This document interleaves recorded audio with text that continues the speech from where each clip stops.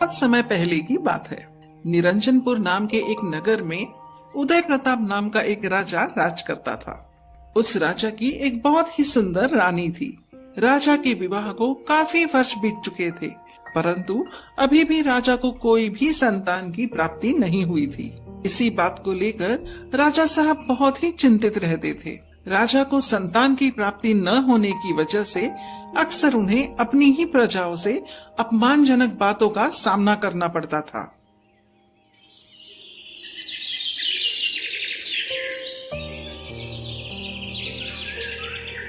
एक दिन की बात है, जब राजा अपनी रानी साहिबा के साथ बगीचे में टहल रहे थे। उस समय भी राजा अपने निसंतान के विचारों में डूबा हुआ था, जिस वजह से उसके चेहरे पर उदासी की झलक दिखाई दे रही थी। राजा को इस तरह उदास देख रानी साहिबा कहती है, महाराज, क्या बात है? मैं कई दिनों से आपको देख रही हूँ।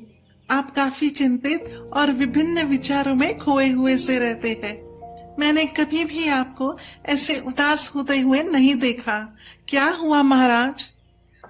महारानी साहिबा, अब हम आपको क्या ही बताएं? आप यह सब जानकर क्या ही करेंगी? महाराज, क्या मैं आपकी अर्धांगिनी नहीं हूँ? इसीलिए मेरा भी तो हक बनता है आपके सुख दुख में मैं आपका साथ दूं। महारानी साहिबा, अगर आप इतना ही जिद कर रही हैं, तो सुनो। मैं जब भी अपने नगर में जाता हूँ तो लोगों के द्वारा मुझे निसंतानीय और आपको बांझ जैसे शब्द सुनने को मिलते हैं। लोगों द्वारा ऐसा शब्द सुनने पर मेरा हृदय कांप उठता है और यही मेरी उदासी का कारण है। आखिर मैंने पिछले जन्म में ऐसा क्या पाप कर दिया था जो मुझे इस जन्म में भुगतना पड़ रहा है? महारानी साहिबा, अगर मुझे इसी तरह निंदनीय जनक बातें सुनने को मिलती रही तो मैं इस संसार में जीवित नहीं रह पाऊंगा। रानी साहिबा राजा साहब की ऐसी बातें सुनकर बहुत ही डर जाती है कि कहीं राजा साहब कोई गलत कदम न उठा ले। इसलिए रानी साहिबा राजा साहब को प्रसन्न करने के लिए एक बहुत बड़ा झूठ बोलने का निर्णय लेती है। महाराज, अब आप बिल्कुल भी चिंतित मत होइए। आज मैं आपको एक ऐसी खुशखबरी देने जा रही हूँ जिसके सुनने के बाद आपके चेहरे की उदासी हमेशा के लिए गायब हो जाएगी। महारानी साहिबा, आखिर आप ऐसी भी क्या खुशखबरी देने वाली हैं जिससे मैं हमेशा के लिए चिंता से मुक्त हो जाऊंगा? महाराज, मैं गर्भवती हूँ और कुछ ही महीनों बाद हमारे महल में एक संतान का जन्म होने वाला है। महारानी साहिबा, क्या आप सच कह रही हैं? कहीं आप मेरे साथ कोई मजाक तो नहीं कर रही हैं? नहीं महाराज, मैं मजाक नहीं कर रही हूँ, यह सच है। अब आपको बिल्कुल भी चिंता करने की जरूरत नहीं है। मैं आपको बता नहीं सकता कि आपने मुझे कितनी बड़ी खुशखबरी दे दी है। अब रानी साहिबा ने राजा साहब को प्रसन्न करने के लिए झूठ तो बोल दिया था, लेकिन सच बात तो यह थी कि वो गर्भवती नहीं थी। कुछ समय बाद जब बच्चे का जन्म लेने का समय आया, तब रानी साहिबा के अंदर एक भय का प्रतीत होने लगा। तब रानी साहिबा मन ही मन सोचने लगती है, हे भगवान, मैंने तो महाराज को प्रसन्न करने के लिए झूठ तो बोल दिया था, परंतु जब महाराज अपने होने वाले बच्चे के बारे में मुझसे पूछेंगे तो मैं क्या जवाब दूंगी? हे भगवान, अब आप ही मेरी मदद कीजिए। तभी रानी साहिबा ने अपने महल के एक प्रिय दासी ममता को बुलाया, जिस पर वो आंख बंद करके भरोसा करती थी। और तभी रानी साहिबा ने दासी से कहा, ममता, आज मैं तुम्हें एक सच बताना चाहती हूँ कि मैं गर्भवती नहीं हूँ। मेरे गर्भ में कोई संतान नहीं है।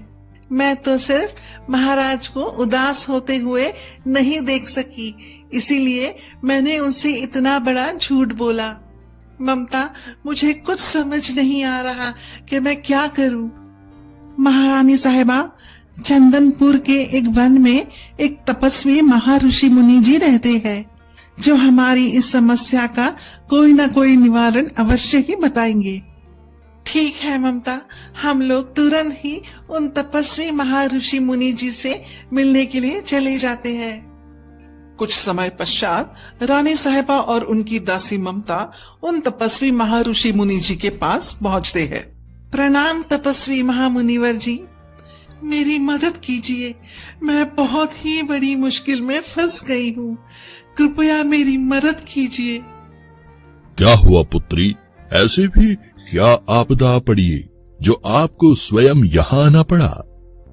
तपस्वी जी, मेरी विवाह को कई वर्ष बीत चुके हैं, परंतु अभी भी कोई संतान की प्राप्ति नहीं हुई है, जिस वजह से राज्य के लोगों के द्वारा हमें अपमानजनक बातों का सामना करना पड़ता है। बस यूं ही सब बातों को लेकर महाराज को ज्यादा ही चिंता और दुख में रहने लगे हैं, और मुझे महाराज की ये दुर्दशा देखी नहीं गई। इसीलिए मैंने महाराज से गर्भवती होने जैसा एक बहुत ही बड़ा झूठ बोल दिया, और अब महाराज को मुझसे बहुत सारी उम्मीदें हैं। हे तपस्वी, अब आप ही मेरी कोई न कोई मदद कीजिए। हे पुत्री, तुम चिंता मत करो, मैं अभी तुम्हारा भाग्य देखकर बताता हूँ।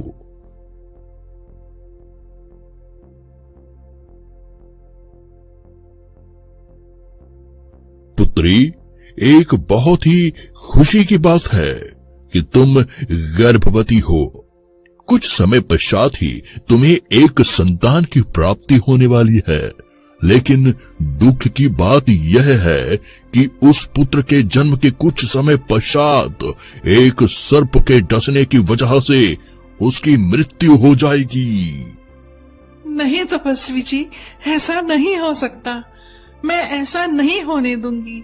मैं अपने पुत्र की मृत्यु अपने आंखों के सामने होते हुए नहीं देख सकती। कुछ भी करके मैं अपने पुत्र की जान बचाकर ही रहूंगी। उसके बाद रानी साहिबा और उनकी दासी ममता पुनः महल वापस लौट जाती है।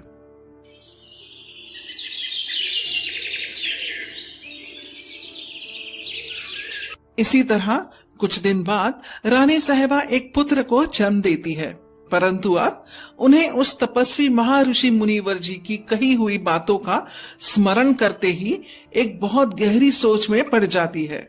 राजा साहब रानी साहिबा को चिंतित देखकर बोल पड़े।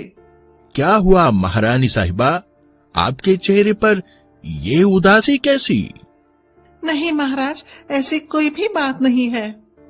महारानी साहिबा, मुझे आपके चेहरे पर साफ साफ परेशानी की लकीरें दिखाई दे रही हैं।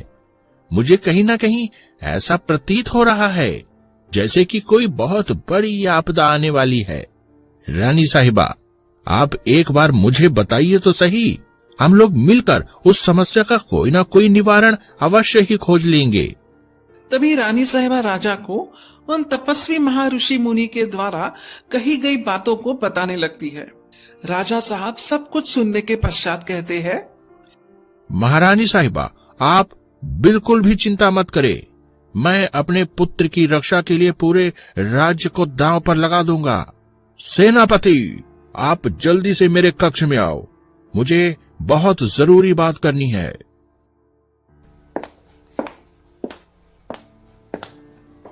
जी महाराज, बताइए, अपने राज्य पर कोई संकट आया है या फिर किसी अन्य राज्य पर आक्रमण करना है? नहीं सेनापति, ऐसा कुछ भी नहीं है। मैं तुम्हें यह काम सौंपता हूँ कि अपने महल के सभी द्वारों पर कठोर सावधानी बरती जाए और खासकर कोई भी सर्प महल के अंदर प्रवेश ना कर सके। जी महाराज, जैसी आपकी आज्ञा।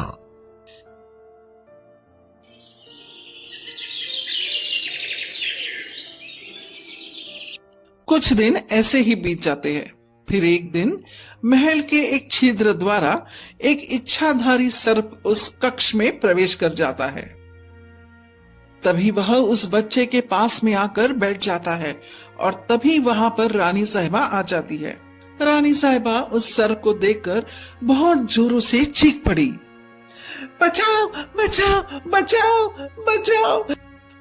रानी साहिबा की चीख सुनकर सर्प गुस्से में आकर उस बच्चे को डसकर वहां से भाग जाता है। तभी राजा साहब महारानी साहिबा की रोने की आवाज सुनकर वहां पर आ जाते हैं और तभी वो अपनी पुत्र की ये हालत देखकर जोरों से रो पड़ते हैं।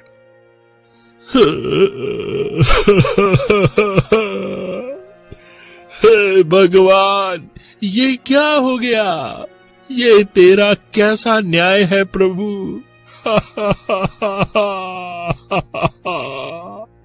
तभी वह तपस्वी ऋषि मुनि वहां पर आ जाते हैं। बेटा राजन, अब तुम्हारे पास समय बहुत कम है। अभी भी तुम्हारे पुत्र को पुनः जीवित किया जा सकता है। मेरी बात ध्यान से सुनो। जो इच्छाधारी सर्प ने तुम्हारे पुत्र को डसा है, उसी सर्प के नागमणि से तुम्हारे पुत्र को पुनर्जीवित किया जा सकता है।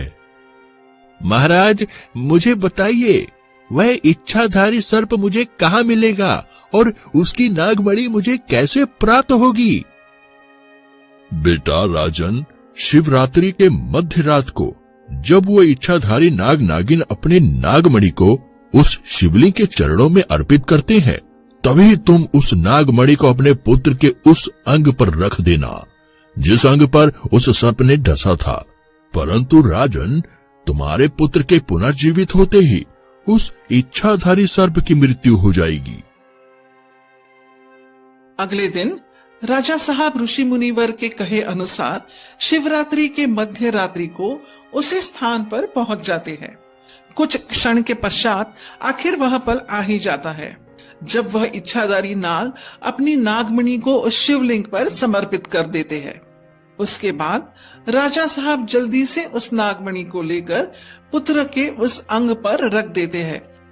उसके बाद देखते ही देखते राजा के पुत्र को पुनः जीवन मिल जाता है। उसके पुत्र के पुनः जीवन मिलते ही उस इच्छाधारी नाग की मृत्यु होती है और इच्छाधारी नागिन अपने असली रूप में प्रकट हो जाती है और बिलक बिलक कर रोने लगती है।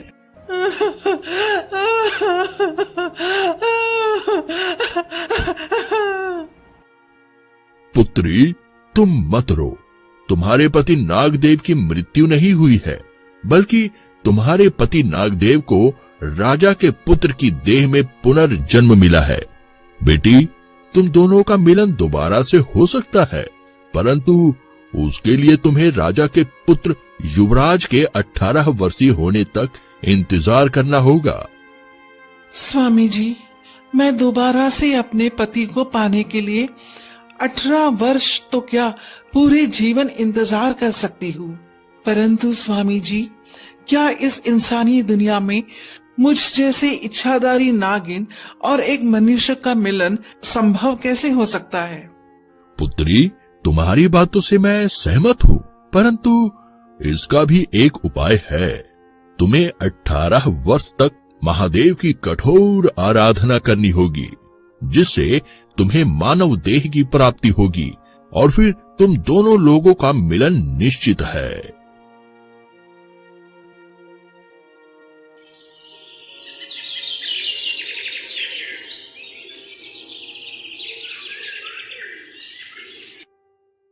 कुछ समय बाद युवराज 18 वर्षीय हो जाता है और दूसरी ओर नाग देविका की भी तपस्या पूर्ण होते ही उसे मानव देह की प्राप्ति हो जाती है और फिर कुछ समय पश्चात उन दोनों का विवाह हो जाता है और फिर वे लोग खुशी खुशी अपना जीवन व्यतीत करने लगते हैं।